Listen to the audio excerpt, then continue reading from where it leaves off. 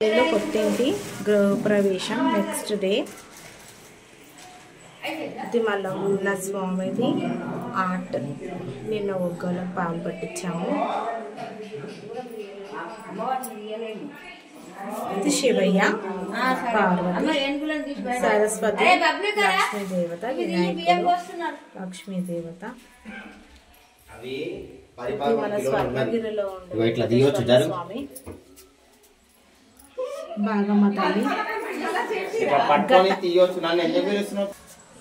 గత 16 సంవత్సరాల నుండి ఇట్లా బాగమ్మని నిలబెట్టుకొని అక్కడ ఔరంగాబాద్ సైడు వెళ్ళి ఇట్లా బంగారు పాము చేయించి అక్కడ గల్లలో వేసింది.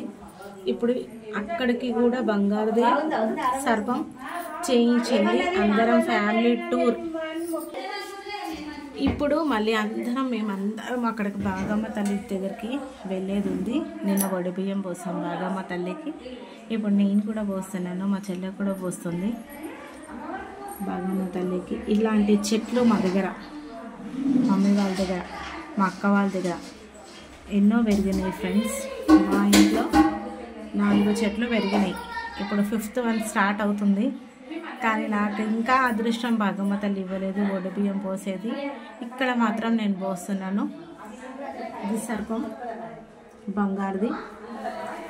బాగమ్మ తల్లికి ఒకసారి చేయించింది 1/2 తులా మీద కొంచెం, మళ్ళీ ఇప్పుడు చేయించింది.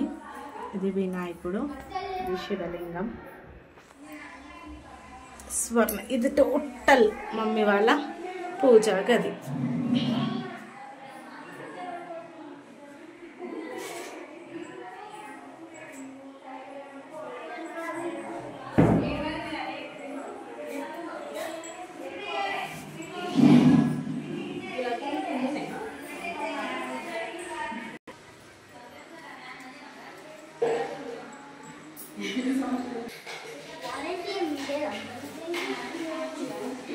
ఏం చేస్తున్నావు మమ్మీ?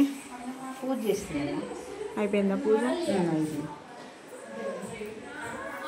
ఎన్ని సంవత్సరాలు అవుతుంది బాగమ్మ తల్లిని? 16 సంవత్సరాలు అవుతుంది. ఎన్నిసార్లు వేసి వచ్చినావు?